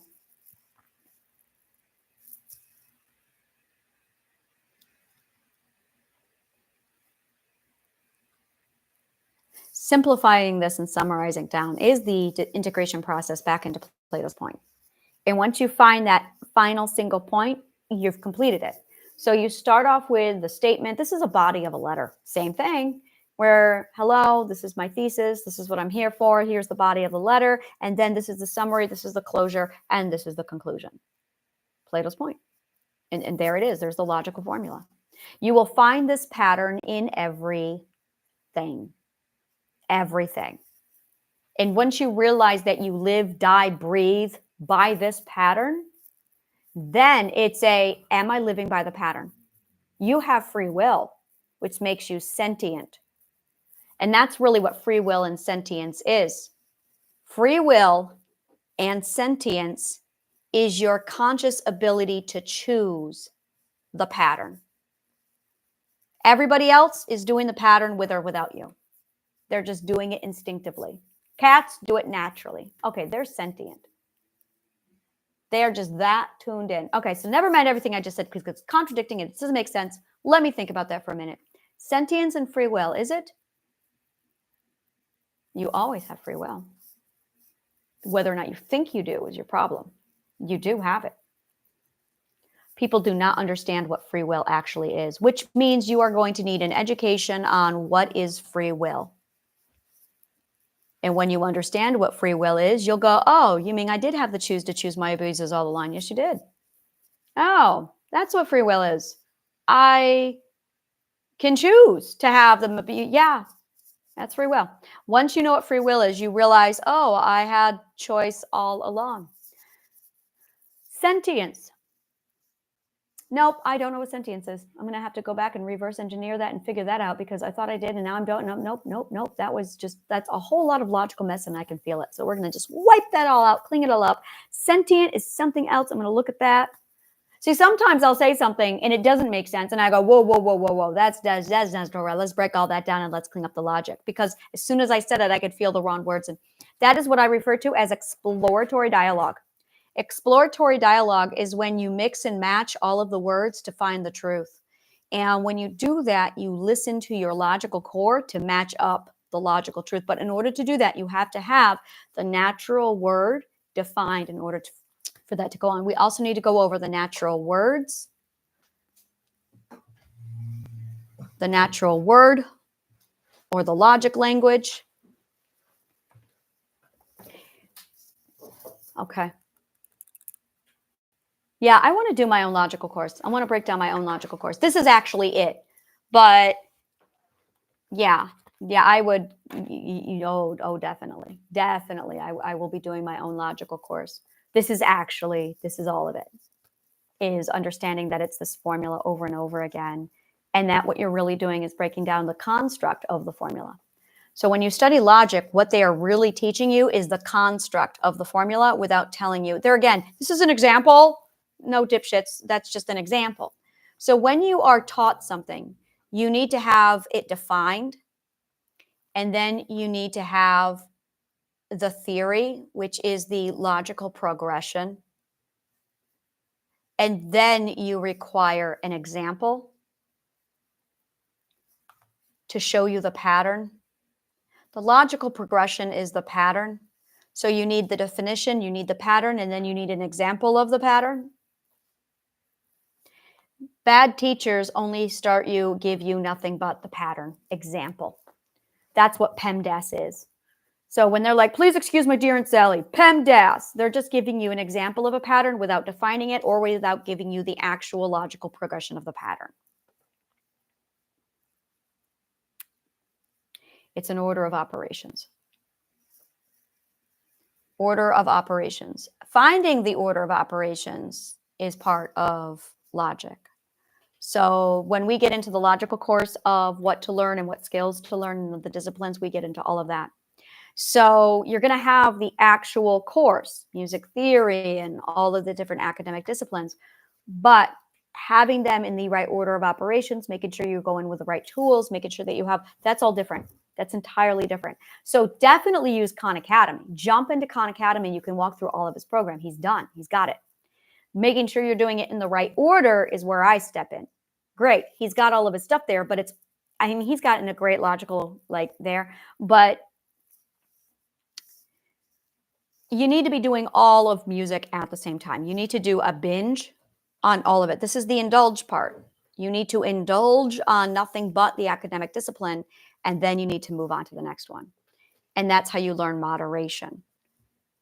So you're also going to want to moderate it with the indulge and avoid balance. So you're going to want to indulge on music theory, which is all we're doing in August is music theory. And then with indulge, you're going to want to move over to the next indulgence, which should be song and dance. After you've done that, then you want to indulge on drawing. But when you want to indulge, that's up to you. That is totally up to you. If you have the desire to indulge in something and it's not in this order, then follow your intuition. Follow your intuition. Absolutely follow your intuition. If you are a parent with a child, start your children with music. But their intuition will do this already. The minute they start banging on the pots in your kitchen, they've started. That is your very first sign that your child has started the journey. They are officially pilgrims. When your child starts banging on the pots and pans, game over. Pilgrim has begun. So your job as a parent is to make sure your child's pilgrimage does not get interfered with. Because if you get that interfered with, it's going to completely derail this. When they move on to coloring, and it's ideal if you just have all of this stuff around 1 year old, 6 months to 1 year. As soon as they can start motivating themselves and moving, you're going to want to make sure they have coloring books. You're going to want to make sure that they have stories. You're going to make sure they have music, finger paints,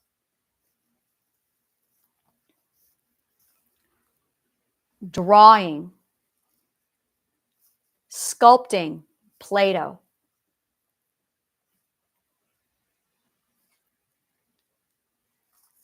Singing, talking, theater stage is make-believe. Theater and stage is make-believe. Nurture that. With your own children, do a campfire storytelling circle. Campfire storytelling. Storytelling is vital. Storytelling covers so much of this. So you're looking at banging pots, pilgrimage has begun. Coloring books, crayons, finger paints, stories, music, drawing, sculpting, Play-Doh, singing, talking, theater stage, make-believe, and storytelling. You want your child to have nothing but that from the time they are 1 year old, 6 months old, all the way up to forever. It doesn't end. But this should be totally saturated within that time period. Now, what you should do, strongly recommend this, is put up stations around your house with these things. So have the coloring book station, have the crayon story station. Teachers, kindergarten room, same thing. Exact same thing. Coloring books, crayons. What am I saying, kindergarten teacher? All teachers need to have this. If you have unless you are a professor in college, you should have this set up. Every home should have this set up, no matter what. I have this in my home. Did not realize this, but we really do have this in our home, don't we? Wow, I'm impressed. Look at my intuition go. Ooh, it's so fancy. All right, yeah. See, that's what instinct does. Isn't that fascinating? We have an art space. We have a story space. We have, I'm a hippie. We have a nest where it's just blankets and pillows thrown on the floor like a bunch of bohemian people, because we're bohemian here. Yeah, I'm totally bohemian. And we sit on the floor with the TV and we'll tell stories, we'll do art, we'll crochet, cross stitch. We do all of the things. And we literally, our living room is literally this. We have coloring book, crayons, stories, music, finger painting, drawing, sculpting, singing, talking. Yesterday, my daughter started talking. It was the first time she really talked. Now there's talking, and then there's eighth perspective talking. It's a thing. She got into eighth perspective talking. She started that, and I was like, oh, it starts. Yes. And she kept, I've never heard her talk so much. And I went, yes, eighth perspective. And she's just running with it. And she went, am I talking too much? Am I talking much? I feel like I'm talking too much. No. And I said, no, keep talking. You're supposed to do this. Keep talking. Talk a lot. You're supposed to. That's when your logic turns on in your brain and your linguistic skills. This is when your communication starts in. Now she's 16. It should have hit when she was 8. If you did not go through the stage when you were 8, trauma happened. She's now at 16 going through it. I was 40 something when I went through it. I went through it on my 8th ethical perspective. And it's all you do. You talk. Oh my God, do you talk? This is why I say, go get on your YouTube channel and do Truth Purge Challenge. Truth Purge Challenge. Let me add this to the curriculum here to make sure that this is here. That's the great books. No, let me see here. And assignments.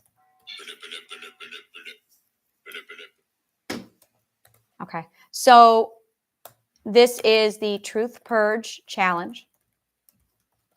The Truth Purge Challenge is you start up your YouTube channel, set it to private or unlisted, and talk. Tell your story. Tell your truth. I'm going to say tell the truth, good and bad.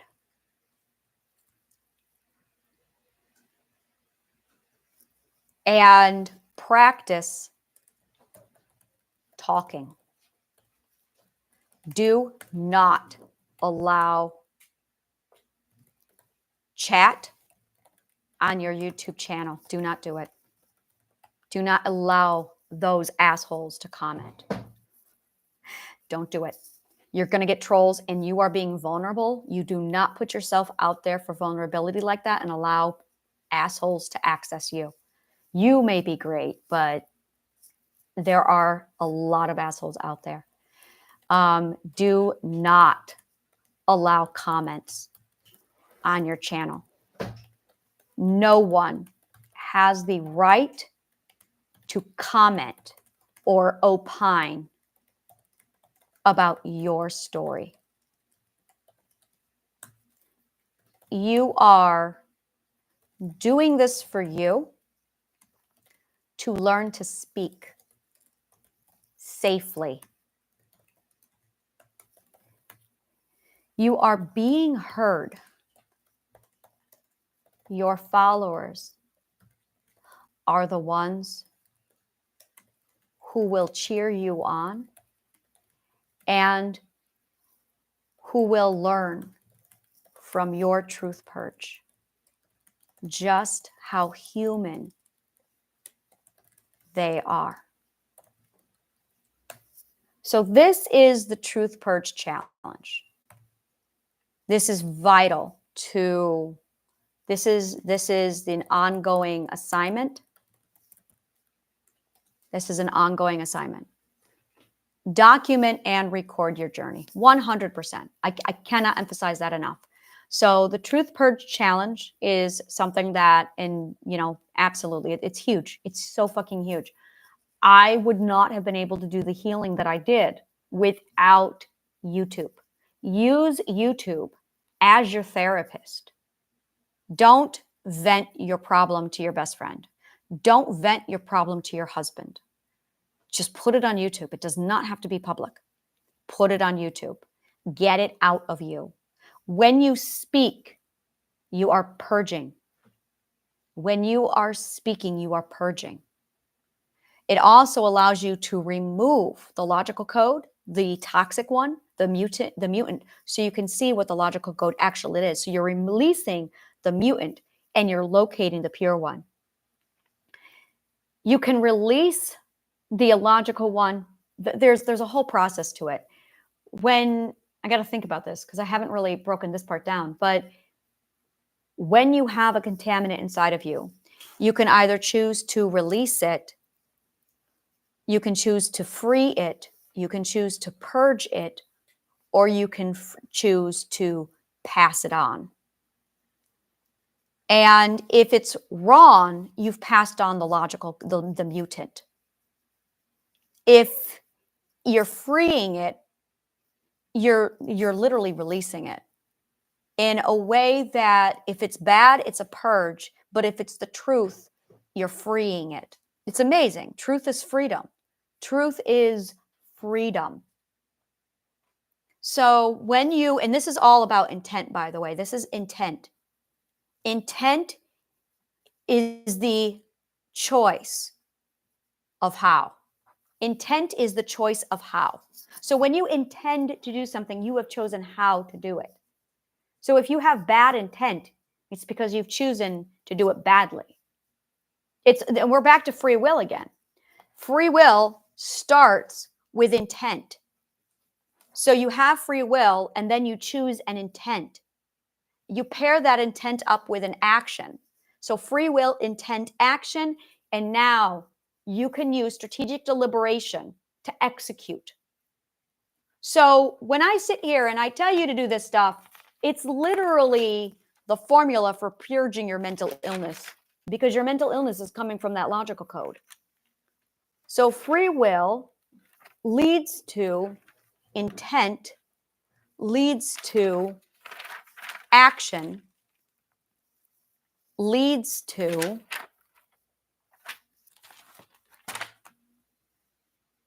healing. So free will, we're going to be covering that a lot. Again, is where it's that choice. It's how you're going to do something. And then how you choose to do it is going to be your intent. The action you're going to want is that truth purge challenge. Now, it's a skill, which means it's going to follow the apprentice, tradesman. So we are going to be covering how to be nice to yourself as an apprentice. Excuse me. We are going to be covering how to be nice to the apprentice you.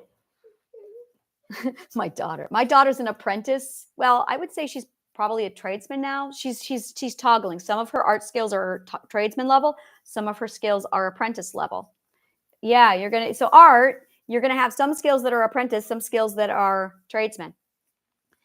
And the apprentice is downright cruel to themselves. So you're going to need to learn how not to be cruel to yourself when you're an apprentice. So we're going to be covering that as well, because apprentices are downright abusive to themselves. Yeah, she knows. She knows. She is one of we all are. We all do it. When we go through the apprentice stage, if you do not have apprenticeship knowledge, you're mean to yourself. And we have mastered expectations, but we're apprentice. We're going to fail. This is what perfection does. Perfection takes the mastery expectation and it puts it on the apprentice. Absolutely cruel. The mastered expectation and puts it on the apprentice. Perfection is absolutely death. Like you're done. It literally destroys. This is why you have a standard set. You either have perfection or you have standards. And we run on a society. You do. I don't. I got out of it. You guys run on a society that's built around around perfection. You can't do that. That's literally the disintegration of the self, because you have shut off mass learning, which is why so many people in your culture don't learn, is because they've got to be perfect. You've got a serious problem with your relationship with the concept of perfect. That's what it comes down to. The whole society has got this really toxic concept of perfect. And it all comes from that Christian hierarchy of the defined perfect archetype. As soon as you set God as the standard, you're done. Dumbest thing you could have done is set God as a standard. You're human. You've immediately eliminated any room for learning or growth. You cannot have a perfect anything as an archetype, because you immediately close to learn. And you've sealed yourself in that status. You're done. So now when you decide to take on a new skill in your apprentice level, you've got that mastered expectation applied to a student. But the apprentice cannot function with a perfect mindset. They're incompatible. You cannot be a pilgrim or an apprentice or a student with perfectionism in the process. You cannot be. And that's really what this comes down to with opinion, with concept, with arrogance, with ignorance, is now you're getting into perfection. So we can add perfection also to the group of arrogant, ignorant, perfection, and opinion. Now, again, stupid. There's no learning in that space. So either you know everything, I don't know everything. Either you know everything or you should be in the status of student. So there you go. And there it is. Pilgrim, apprentice, and student.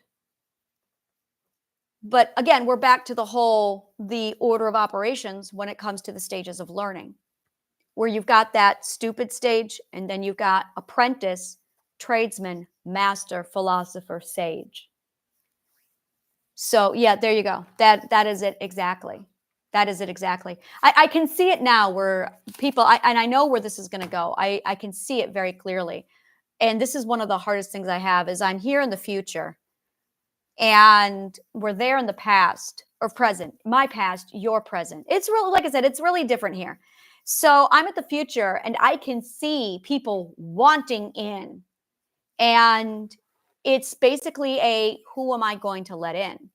Now, presently in your present, I have 4 or 5 people. And I know the momentum behind me. I know the work I'm doing over here with these people. So I know that when that moves from the future into here for investment time, I know what's going to happen. So I'm going, okay, based off of that projection, we're going to be literally looking at floodgates.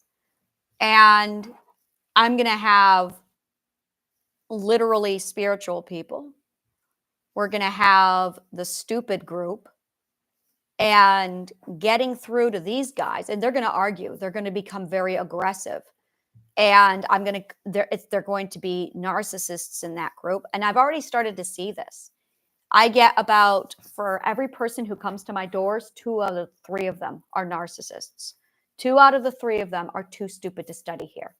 And that's why we only have 5 people, is because the standards are high. And you have to, the qualification is really, there's only one qualification. You've got to not be stupid. Really, that's it. You have to not be stupid. So the question is, and that's it, you have to not be stupid. And when I went through it, yeah, I was humiliated. It was brutal. It was probably 2 weeks of being called stupid. It really was. It's like, all right, I understand I'm stupid. There's the metric. All right, I understand it. And you break when you submit. If you argue, I'm not stupid, you failed the lesson. You failed the lesson.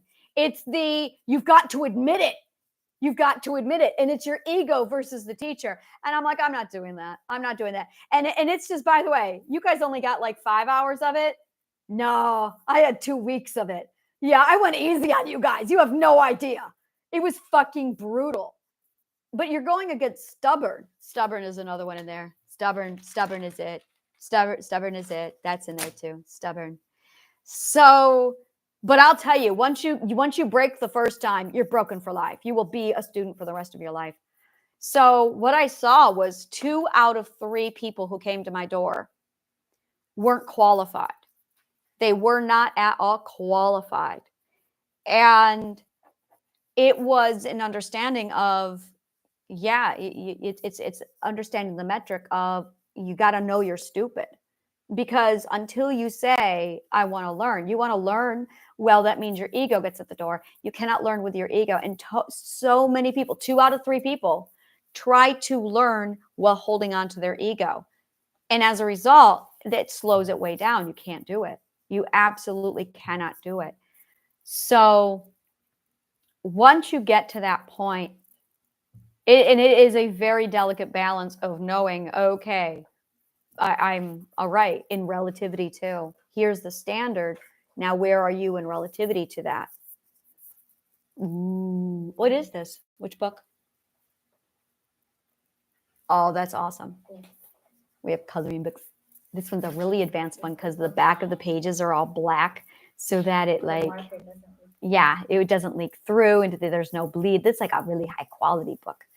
So set up around your house. This is all classrooms for everyone under the age of 18 years old. And I don't believe this because I have it here too. But yeah, for all classrooms, all learning space. If you are a home, everyone needs this. This is learning space. There is no, the worst thing you could do is disintegrate. This is the dumbest thing we've ever done, is disintegrate learning from life. It's the stupidest thing, is to disintegrate learning from life. Who came up? Rome. That's got Rome written all over that bullshit. Separating learning from life is the dumbest. This is why I'm so anti-schools. It's because schools teach you to disintegrate learning from life. They need to be integrated. That's why I say homeschool. Homeschool integrates learning into life. It absolutely integrates learning and life together. So what we have is we have literally these, I've got a place over there with my yoga, all exercising equipment. I've got a place with all my coloring books, my crayons, my art supplies. I've got a place with all of my knittings, board games. We have a cuddle puddle space with all of our pillows, our lounging, our nesting. That's where my knitting is. We've got blankets. We have my weed box. We have like it's absolutely a very relaxing book, educational centered community. And it's all about learning. It's a place for story. It's a place for talking. And this is the nourishment environment that we have. And we eat here. This is the dining room. It's not the dining room, it's the living room. But like, for God's sakes, I have my dining room right next to it.